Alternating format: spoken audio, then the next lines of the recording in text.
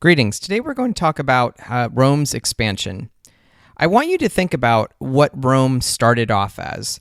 Just a small little province with some local tribes, some Etruscan tribes, and what they eventually expand into, which is basically most of the known world at the time, with the exception of the Asiatic countries.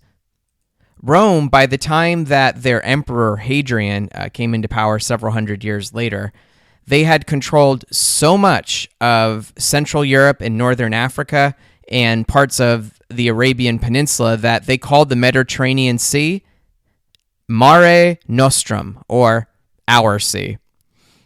One of the things that the Romans were particularly good at was setting up trade routes.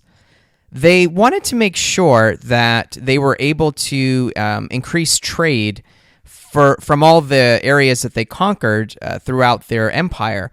And the reason why is because, much like the Egyptians, the Romans demanded tribute from their other conquered areas. So when they would conquer an area and they would set up the trade routes, even though they would normally let the people go about their business as usual, they always had certain shipments and supplies coming into Rome in the form of tribute.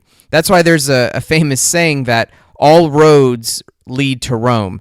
As if to say Rome had pretty much conquered everything and set up all these roads, and they are the ones in power. So one of the dilemmas that Rome had with having so much territory is, and you guys will experience this if you ever go to another country, is how do you pay for something?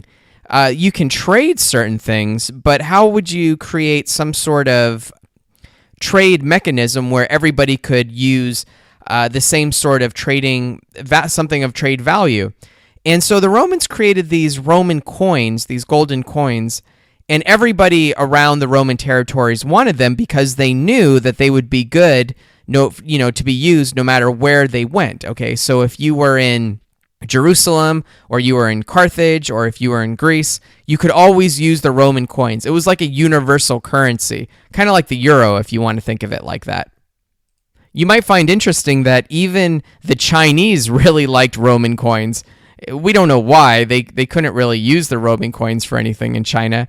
But the Romans, they were so desperate to get their hands on the Chinese silk coming across the Silk Road that they paid a tremendous amount of money. As a matter of fact, silk was so popular and so expensive that even the wealthiest Romans, sometimes they would just sew a patch of silk onto their togas. Believe it or not, the Roman conquest didn't always result in a bloody conflict. As a matter of fact, a lot of nations or countries or whatever it is that they like to call themselves at the time, they didn't even fight the Romans. Once the Romans came, the soldiers came, they just surrendered as soon as they got there. I mean, it would be pointless to fight them. And so Rome actually goes through a series of about 200 years after Augustus takes power called the Pax Romana, or the Roman Peace, where the Roman Empire was for the most part in a state of peace. There weren't too many major conflicts. And this is where the Roman Empire really grows in power and prestige. This isn't to say that life in Rome was all that great. For the people, though, keep in mind that the average life expectancy for the people of Rome at that time was still only about 35 years old. So there were two types of people. There were people who lived in the cities, and then there were people who lived in the countryside.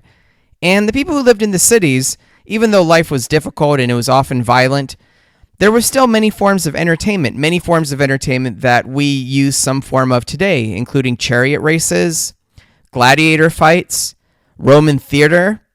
For the people in the countryside, they focused mostly on farming and a rural way of life. And some wealthy people were actually able to own homes both in the city and in the countryside called villas. Okay, that's all for now.